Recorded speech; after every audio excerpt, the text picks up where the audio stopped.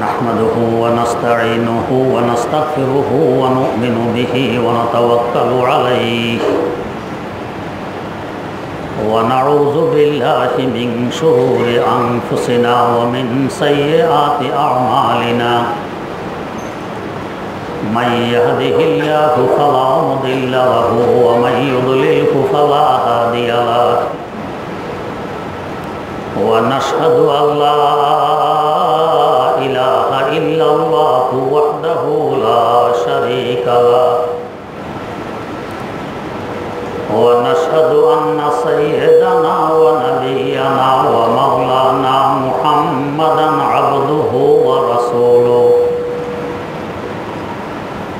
أرسله بالحق بشيرا ونذيرا وداعيا إلى الله بإذنه وسراجا منيرا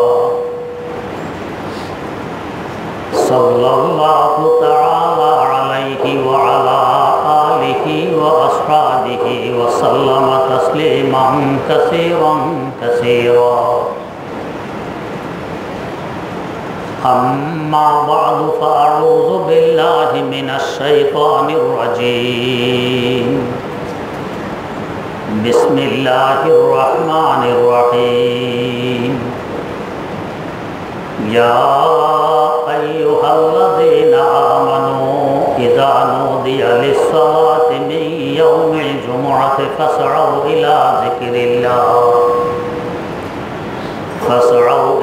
ذكر الله وذروا البيع ذلكم خير لكم إن كنتم تعلمون صدق الله مولانا العظيم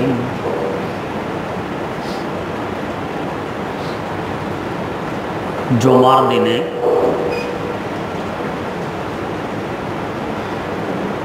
দোয়া কবুল হওয়ার একটি বিশেষ সময় আছে।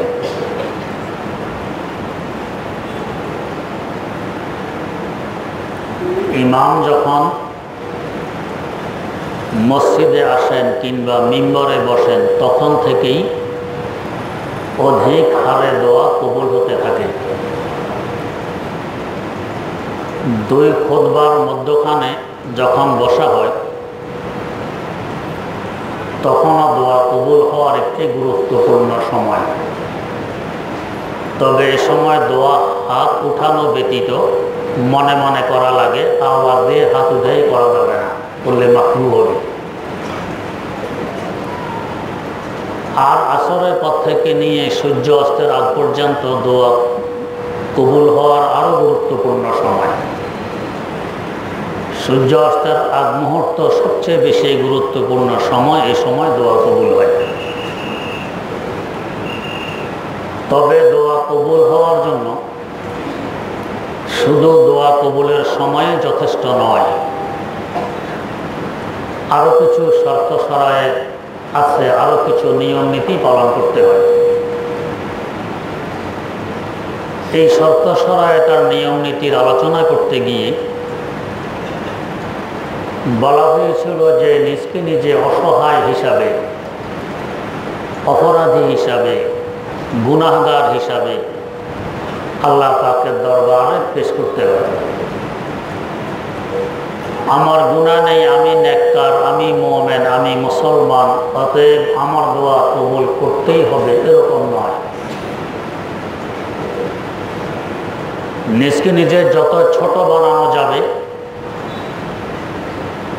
যত বড় গুনাহগার হিসাবে পেশ করা যাবে, দোয়া ততই বেশি কবুল হবে। কারোর মনে প্রশ্ন আসতে পারে, আমার জানা মতে আমি তো কোনো গুনাহ করি না, নামাজ কালাম সব কিছু ঠিকঠাক আদায় করি, আমার আবার গুনাহ কোথায়? অনেক গুনাহ আছে, আমরা টেরও পাই না যে গুনাহ হয়ে যায়, টেরও পাই না। আমি হাঁটতেছি, ছোট্ট একটি পোকা মাটিতে,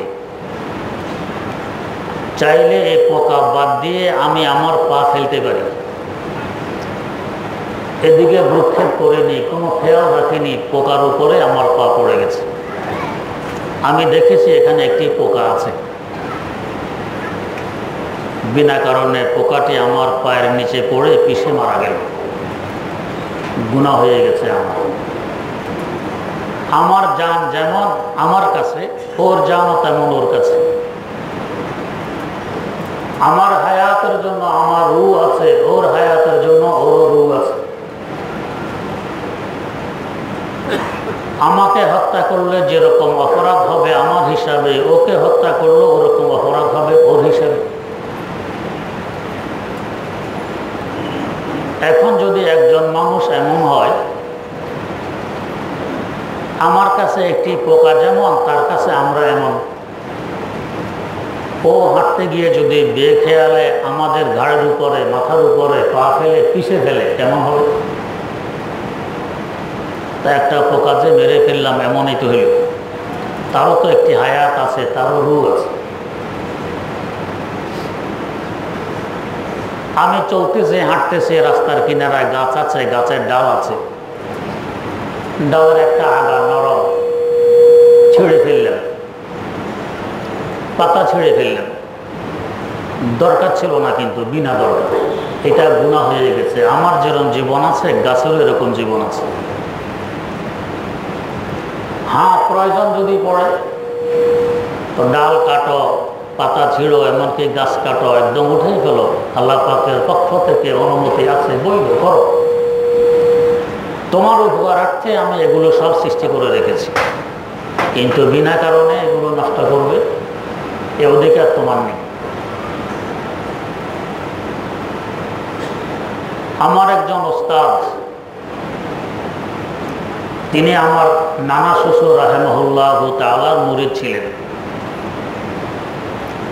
ওস্তাদ শুনাইলেন যে আমি একদিন বসে পানের বোটা ভাঙতেছি। পান খায় সাধারণত, বোটা খায় না, বোটা ছেড়ে ফেলে দেয়। বোটা ভাঙতেছি বসে বসে। আমরা এরকম কোথাও বসলে ঘাস ছেড়ি, কোনো কিছু ভাঙি, করি এরকম। আমার পীর হযরত আল্লামা দিলাওয়ার হোসেন রাহিমাহুল্লাহ আমার পাশ দিয়ে যাচ্ছিলেন। দেখতেছেন আমি পানের বোটা ভাঙতেছি, নিষ্প্রয়োজনীয় কাজ, এটা ভাঙা আমার কোনো দরকার নেই। যাওয়ার পথে বললেন, ও মিয়া, এটারও তো হিসাব দিতে হবে, তুমি যে ভাঙতেছো বিনা কারণে। আমার ওস্তাদ বলেন, প্রায় 1 ঘন্টা পরিমাণ আমি কান্না বন্ধ করতে পারিনি, শুধু এই এক কথায়। সারা জীবনে এরকম অহেতুক কাজ কত করেছি, বেহুদা কাজ কত করেছি, হিসাব কিভাবে দিই? এরপর থেকে যখন এই ধরনের কোনো কাজে হাত আসে, আমার হুজুরের কথা মনে পড়ে, ও মিয়া, আল্লাহর কাছে তো হিসাব দিতে হবে, তৎক্ষণাৎ কাজটি ছেড়ে দিই। এই জন্যই আল্লাহর ওলিদের সংসদ বা সোহবতে যেতে হয়। অনেক কিছুকে আমরা ছোট্ট মনে করি, বাস্তবে ছোট্ট নয়, অনেক বড়। আমার ওস্তাদ, আমার প্রথম পীর কায়েদ মিল্লাত হযরত মাওলানা মুহাম্মদুল্লাহ হাফিজি হুজুর রাহিমাহুল্লাহ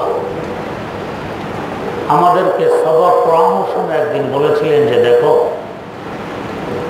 আমি যে নাক সাফ করি, নাক পরিষ্কার করি, যার নাক আছে তাকে পরিষ্কার করাই লাগে।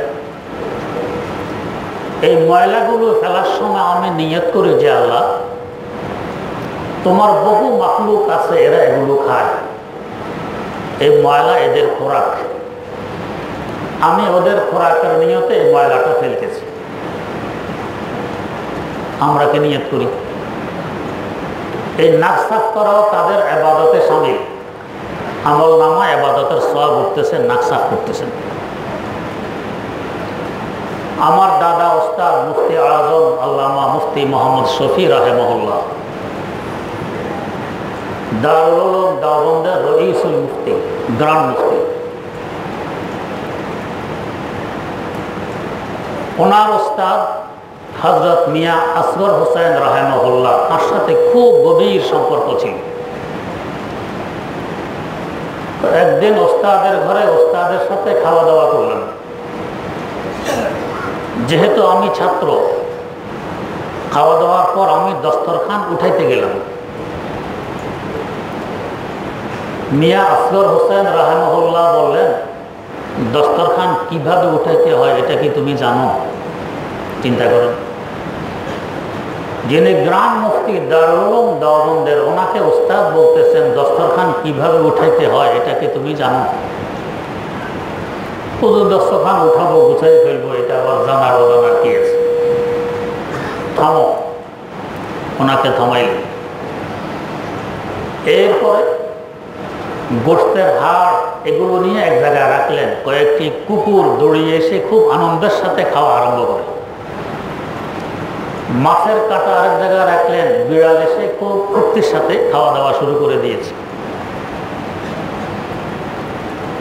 রুটির পোড়া টুকরা কাঁচা কিনারা ঘরের চালের উপরে নিক্ষেপ করলেন। কয়েকটি কাক উড়ে এসে খুব উৎসবের সাথে এগুলো খাওয়া আরম্ভ করে দিয়েছে। এরপর রুটির যে কিছু কণা, কিছু গুড়ি দস্তরখানে পড়ে, এটা এক জায়গায় ঝাড়লেন, যেখানে পিপিলিকা কিছু মাটি তুলে রেখেছে, ওখানে পিপিলিকার খোরাক। তো যার যার খোরাক যেখানে দিতে হয় সেখানে দিয়ে এরপরে বললেন, দেখো দস্তরখান ইস তরহ উঠানা হোতা হ্যায়, দেখো দস্তরখান এভাবে তুলতে হয়। তাই হাদিস শরীফে নিষেধ এসেছে যে খানা খাওয়ার পরে হাড় পানিতে ফেলবে না, কাঁটা পানিতে ফেলবে না। এটা আরেক মাখলুকের খোরাক, পানিতে ফেলে দিলে স্বাদটা নষ্ট হয়ে গেল, বিনা কারণে কেন নষ্ট করবো? এটা মাকরুহ হয়। পানিতে না ফেলে ভিন্ন জায়গায় রেখে দাও, ফেলে দিলে পরে কুকুর বিড়াল খাবে, ওরা মজা করে খেতে পারবে, স্বাদ করে খেতে পারবে। এর নাম ইসলাম। ছোট্ট ছোট্ট কথাগুলো পর্যন্ত ইসলাম শিক্ষা দিয়ে গেছে। যাই হোক, তো বলতেছিলাম যে ইচ্ছায় অনিচ্ছায়, জানায় অজানায় অহরহ গুনাহ আমাদের হতেই থাকে। আমরা টেরও পাই না যে গুনাহ হয়ে গেছে। আমি যতই ভাবি আমি কোনো গুনাহ করি না, ইবাদত বন্দেগীতে ব্যস্ত থাকি, না, আমার অহরহ গুনাহ হতেই থাকে। অতএব আল্লাহ পাকের দরবারে আমাকে পেশ করতে হলে এই গুনাহগার হিসাবে আমি অপরাধী, এই হিসাবে আল্লাহ পাকের দরবারে পেশ করতে হয়, তবে গুনাহ বেশি কবুল হয়। আজ থেকে প্রায় 700-750 বছর আগে একজন বুজুর্গ ছিলেন, হযরত শেখ আব্দুর রহমান জামি রাহিমাহুল্লাহ। তার লিখিত কিতাব শরহে জামি এখনো কওমি মাদ্রাসার সিলেবাসভুক্ত, পড়ানো হয়। আরো অনেক কিতাব তিনি লিখে গেছেন। এলমে তাসাব্বুফ, আত্মশুদ্ধির ব্যাপারে বড় আজীব গরীব তার লেখা বিভিন্ন কিতাব। বড় বুজুর্গ, কত বড় বুজুর্গ চিন্তা করুন। একদিন তিনি কোথাও যাচ্ছেন, সফর করতেছেন। সফর অবস্থায় সন্ধ্যা হয়ে গেছে। 750 বছর আগের সফর, আজকালের সফর একরকম নয়। তখন হয়তো এখানে একটি বস্তি, কয়েক মাইল, কয়েক শত মাইল দূরে আরেক বস্তি, মধ্যখানে মরুভূমি, আর কিছু নেই। চোর ডাকাতের ভয় অহরহ, জিনভূতের ভয়। হোটেলের তো প্রশ্নই আসে না। আমরা যখন লালবাগ পড়ি এই 79, 80, 81, 82 সময়, এই ঢাকা থেকে আমাদের কুমিল্লা লাকসাম পর্যন্ত কোনো হোটেল ছিল না। যখন বাস ফেরিতে উঠত তখন ছোট ছোট বাচ্চারা পানি বিক্রি করত, 5 পয়সা 10 পয়সা দিয়ে 1 গ্লাস পানি পান করা যেত। বেশি থেকে বেশি মুড়ি পাওয়া যেত ফেরিতে। আর অন্য কোথাও বাসওয়ালাকে বলে টোলে বাস থামাইলে পাশে কোথাও চাপকল পাইলে চাপকল চেপে পানি পান করা, না হয় পাশে কোনো ডোবা ডাবে থাকলে কচুরি পানা সরাইয়ে কোষ করে পানি পান করা। এটাও আল্লাহর বড় রহমত। হোটেলের প্রশ্ন ছিল। তো 700-750 বছর আগের কথা, কোনো হোটেল নেই, থাকার কোনো ব্যবস্থা নেই। তখন মানুষেরা কোনো বস্তিতে গিয়ে পরবাস থাকতো, মুসাফির। উনিও এক বস্তিতে গিয়ে এক বাড়িতে আওয়াজ দিলেন, বাড়ির মালিক বেরিয়ে আসেন, বললেন যে ভাই আমি মুসাফির, আজ রাতকে তোমার এখানে থাকা যাবে? বাড়ির মালিক ছিল কৃপন কিসিবির কিপটা। ও ভাবলো একে যদি থাকতে দেই তো রাত্রে 4টা খেতেও তো দিতে হবে, দরকার কি ঝামেলার? না না, আমার এখানে থাকা যাবে না, অনুমতি দিও না। তো না দিলে তো জোর জবরদস্তি করার কিছু নেই, উনি সামনে চলছেন। মালিক ওনাকে বিদায় করে ঘরে ফিরে দেখে তার স্ত্রীর প্রসব বেদনা আরম্ভ হয়েছে, ব্যথা, বাচ্চা জন্ম নিল। এমন ব্যথার ব্যথা মনে হয় যেন মারাই যাবে এই অবস্থা। তখনকার সময় তো সিজার মিজার এগুলো কিছুই ছিল, ডাক্তারও তেমন নেই। খেয়ালে আসলো, আরে এক হুজুর একটু আগে তো এসেছিলেন আমাদের বাড়ির দুয়ারে, কোনো তাবিজ তুমান দিতে পারে, ওনার থেকে কোনো তাবিজ এনে যদি দেই তাহলে হয়তো ব্যথা কমে যাবে, বাচ্চা আপোষে নর্মাল খালাস হয়ে যাবে। দৌড়ে গিয়ে হুজুরকে রাস্তায় পেয়ে ধরছে, হুজুর আমাকে একটি তাবিজ দেন। কিসের তাবিজ? আমার স্ত্রীর প্রসব বেদনা, এমন বেদনা, এমন ব্যথা যেন মারাই যাবে, তাবিজ দেন। হুজুর সাধারণত তাবিজ তুমানের কাজ করতেন না, যেমন আমি করি না। এটি একটি ভিন্ন বিষয়, আমার বিষয় না, আমি তাবিজ তুমান লিখি না, তদবির করি না। আজ 23 বছর আমার এখানে তদবির করি না, এরপরও মানুষ দরওয়াজা এখানেও আসে না, হুজুর আমাকে তদবির দিতে হবে। আমি তো জানি না, তদবির করি না, কি দিব তদবির, ঝামেলা করো। যাই হোক, ওনাকে ধরেছে এখন নাসরবন্দার মতো, ছাড়ে না, আমাকে তাবিজ দিতেই হবে। হুজুর তো জানেন না কি তাবিজ দিলে বেদনা কমবে, নর্মালে খালাস হবে, জানা তো নেই। হুজুর এই লাইনের মানুষ নয়, কিন্তু এত দোষ। এই সময় হুজুর মজাক করলেন, এক টুকরা কাগজে লিখলেন। ছিলেন বড় সারের বড় কবি, কবিতা দিয়ে লিখলেন কি, মোরা জাসদ কারাম রানী যে জাসদ, মোরা জাসদ কারাম রানী যে জাসদ, জানে দেহ কানে যায় দিয়া না যায়, জানে দেহ কানে যায় দিয়া না যায়। আল্লাহ তোমার বড় মেহেরবান। এই সুযোগে উনি শর্ত দিলেন লোকের, হ্যাঁ তাবিজ দিতে পারি যদি আমার শর্তটি মানতে পারো। কি শর্ত? আমাকে থাকার ব্যবস্থা করতে হবে। তো যে হুজুর অসুবিধা নেই, থাকবেন খাবেন, অসুবিধা নেই, তাবিজ চাই। আগে থাকার অনুমতি নেই, খাওয়ার তো প্রশ্ন আসে না, এখন থাকবেন খাবেন, অসুবিধা নেই, তাবিজ চাই, স্বার্থ আসলে সব ঠিক। তো হুজুর মজা করলেন, আল্লাহ তোমার বড় মেহেরবান, আমার থাকার ব্যবস্থা হয়ে গেছে, আর আমার যে বাহন সাওয়ারি গাধা, এটারও থাকার ব্যবস্থা হয়ে গেছে। মোরা জাসদ কারাম রানী যে জাসদ, জানে দেহ কানে যায় দিয়া না যায়। আর এই বাড়িওয়ালা যে কৃষক, এর স্ত্রীর বাচ্চা আপোষে জন্ম নিল, আমার ব্যবস্থা হয়ে গেছে, না নিল আমার ব্যবস্থা হয়ে গেছে। তোমার বড় মেহেরবানি, আল্লাহ শুকর আদায় করলেন। এটা লিখে দিয়েছেন।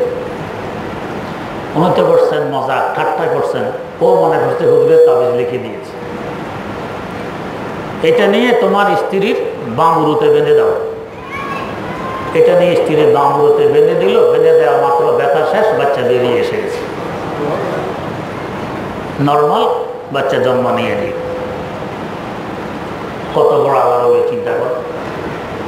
বুখারী শরীফে একটি হাদিস আছে, ওয়া ইন্না মিন ইবাদিল্লাহ লাউ আকসামা আলাল্লাহি লা আবাররাহু।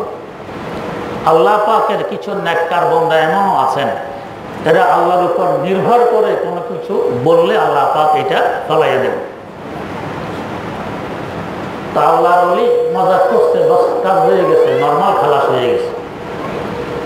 এবং ওনার এই দুই পন্থীর আসরার প্রভাব আজ পর্যন্ত 750 বছর যাবৎ এ ধরনের কারো যদি দর্দে যে প্রসব বেদনা আরম্ভ হয়, এই শেয়ারটা লেখে কাগজে লিখে বামুরুতে বেঁধে দিলে সহজে খালাস হয়ে যায়।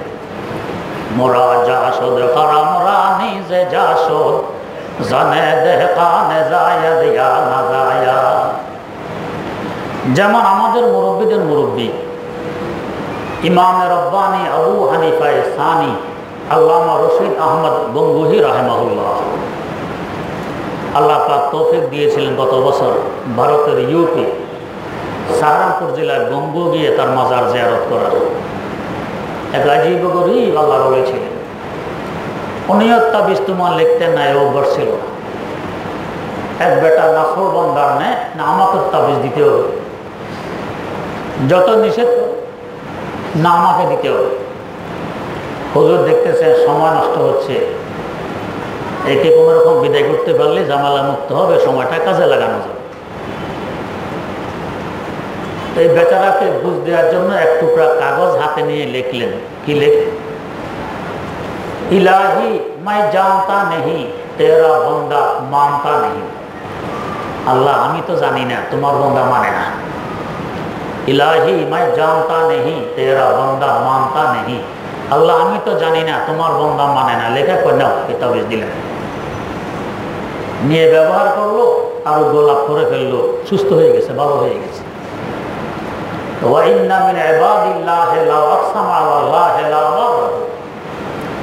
কিছু নেককার বান্দা এমনও আছেন আল্লাহর উপর নির্ভর করে যদি কোনো কিছু বলেন, আল্লাহ ওইটা ফলাই দেন, হয়ে যায়, তার ইজ্জত রক্ষার্থে। আল্লামা জামি রহমতুল্লাহ আলাই ঠাট্টা করেছেন, মজাক করেছেন কৃষকের সাথে, কিন্তু আল্লাহ পাক ফলাই দিলেন, বাচ্চা জন্ম হয়ে গেছে, আপন নরমাল। আজ পর্যন্ত তার আসর আর প্রভাব এখনো শের তাবিজ হিসাবে ব্যবহার করলে নরমালে বাচ্চা হয়ে যায়। এত বড় একজন আল্লাহর বলে, কিন্তু আল্লাহ পাকের দরবারে দোয়া করতেছেন, নিজকে কিভাবে পেশ করতেছেন চিন্তা করুন। গুনাহানাম আগাজ আজহাদ বেরুনাস্ত,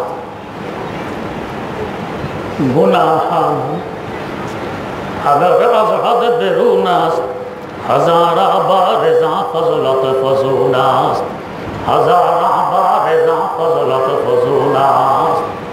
আল্লাহ তোমার এমন এক বান্দা তোমার দরবারে ধন্যা দিয়েছে যার গুনার কোনো সীমা নেই।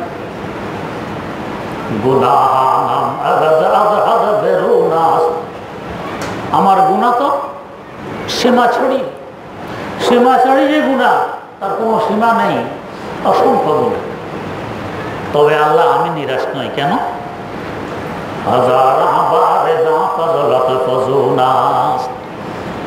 তোমার মেহেরবানি, তোমার দয়া, তোমার রহমত তো আমার এই গুনাহ থেকে আরো অনেক বেশি। তোমার দয়ার সাগর, রহমতের সাগর আমার গুনাহ থেকে অনেক বড়। আগার বাসাদ দোসদ ফেরমান গুনাহাম, আগার বাসাদ দোসদ ফেরমান গুনাহাম, তোয়ানে সোখতাম আজ বরতে আহাম, তোয়ানে সোখতাম আজ বরতে আহাম। আল্লাহ আমার গুনাহকে যদি স্তূপ দেওয়া হয়, এক স্তূপে গুনাহ ধরবে না, কয়েক স্তূপ হবে। স্তূপ দিলে উপর পর্যন্ত ওঠে, এরপরে আরেক স্তূপ দিতে হয়, না হয় পড়ে যায়। আমার গুনাহ এক স্তূপে হবে না, কয়েক স্তূপ হবে, এত গুনাহ আমি করেছি। তোয়ানে সোখতাম আজ বরতে আহাম। আল্লাহ আমি যে গরম নিঃশ্বাস ফেলি, বলি, আফসোস করি গুনাহের কারণে। আল্লাহ আগুন দিয়ে চাইলে তুমি তো সব গুনার স্তূপগুলো জ্বালাই দিতে পারো, এক মুহূর্ত লাগে না আহের আগুন দ্বারা গুনাহগুলো জ্বালাইতে, তুমি চাইলে তো জ্বালাই দিতে পারো। তোয়ানে সোখতাম আজ বরতে আহাম, वगर बाशद जैसे यासद किताबम, तो आने सुस्तानद चश्मे पुराबम, तो आने सुस्तानद चश्मे पुराबम। আল্লাহ আমার গুনাহগুলো যদি লেখা হয় কাগজে, অনেক কিতাব হয়ে যাবে, অনেক কিতাব হয়ে যাবে, এত গুনাহ আমি করেছি। কিন্তু আল্লাহ আমি যে এখন চোখের পানি ছাড়তেছি, আমার এই চোখের পানি দিয়ে তুমি চাইলে সবকিছু ধুয়ে মুছে লেখাগুলো মিটিয়ে দিতে পারো। কিতাবে লেখা পানি দিয়ে ধুইলে মিটে যায়। এখন তো পাকা কালি সহজে মিটে না, আগের যুগে কাঁচা কালি দিয়ে লেখা হইতো, তখন অ্যালকোহল স্পিরিট ছিল না, কালি কাঁচা থাকতো, পানিতে পড়লে মিটে যেত। আমার আল্লাহর কুদরত চাইলে কাঁচাকালি লেখাও মিটে না। মালিকি মাযহাবের প্রবর্তক ইমাম মালিক রাহিমাহুল্লাহ, ইমাম দারুল হিজরা, মদিনায় মুনাওয়ারায় জন্ম, এখানে থেকেছেন, পড়েছেন, পড়াইয়েছেন, হাদিস সংকলন করেছেন, এখানে ইন্তেকাল করেছেন। বাকির কবরস্থানে এখনো তার কবরটি চিহ্নিত আছে, তার উস্তাদ হযরত নাফি রাহিমাহুল্লাহ তাআলার পাশে। হাদিস সংকলন করলেন মুয়াত্তা মালিক। এখন এই সংকলন তো আমরা শুনতে তো সহজে শুনি, ওনারা খোঁজ নিতেন নবীর হাদিস কে জানে, অমুক সাহাবী, উনি থাকেন দামেস্ক, আসি মদিনায়, এই মদিনা থেকে দামেস্ক 1900 কিলোমিটারের রাস্তা সফর করে যাইতেন, গিয়ে ওনার থেকে একটি হাদিস সংগ্রহ করতেন। আবার শুনছেন আরেকজনে হাদিস জানে, তিনি থাকেন মক্কায় মুকাররমা, সফর করে এসেছেন মক্কা। এই কারের সফর, হেলিকপ্টারের সফর, প্লেনের সফর, পায়ে হেঁটে সফর করতেন, মরু এলাকা, পানি নেই, গাছগাছালি নেই, ছায়া নেই, কি অবস্থা। আবার জানতেন আরেকজন হাদিস জানে, তিনি থাকেন বাগদাদ, এসে গেছেন বাগদাদ, এখান থেকে হাদিসটি সংগ্রহ করেছেন। আবার শুনছেন উনি থাকেন মিশর, একটি হাদিস জানেন, এই বাহারে কলজম লোহিত সাগর 300 কিলোমিটার চওড়া, এটা পাড়ে দিয়ে ওই পাড়ে গিয়ে হাদিস সংগ্রহ করেছেন। এইভাবে হাদিস সংগ্রহ করতেন। এ সংগ্রহ করে মুয়াত্তা মালিক লিপিবদ্ধ করলেন। কবুল হইল কি হইল না এখন তিনি জানতে চান। এক বালতি পানি তুললেন, এক কাঁচাকালির লেখা এই পুরা কিতাব, এমন পরিশ্রম, এমন কষ্টের ফল এই কিতাব।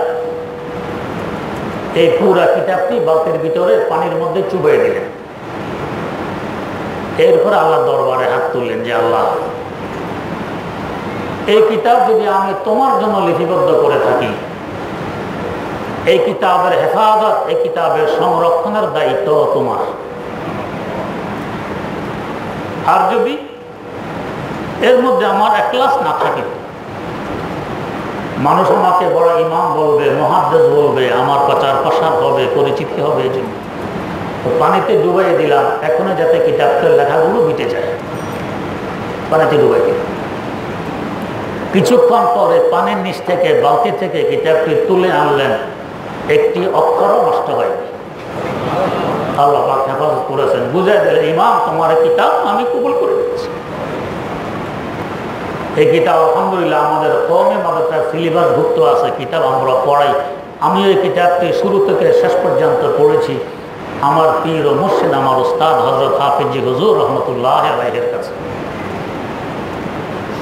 তো কাঁচাকালের লেখা কিতাব নষ্ট হয়ে যায়, এটাই স্বাভাবিক, আমার আল্লাহ চাইলে সংরক্ষণ করতে পারে। তো হযরত জামি বলতেছেন, আল্লাহ আমার গুনাহ তো এত বেশি, যদি এগুলো লিপিবদ্ধ করা হয় অনেক কিতাব হয়ে যাবে, কিতাবের স্তূপ হয়ে যাবে।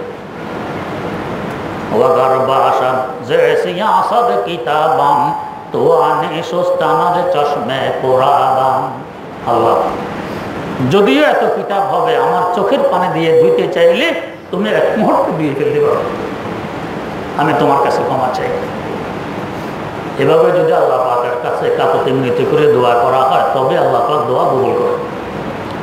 আল্লাহ রাব্বুল আলামিন আমাদের সারা জিন্দেগীর সমস্ত ন্যায় দোয়াগুলোকে কবুল করে নেন এবং বেশি বেশি দোয়া করার তৌফিক দান করুন।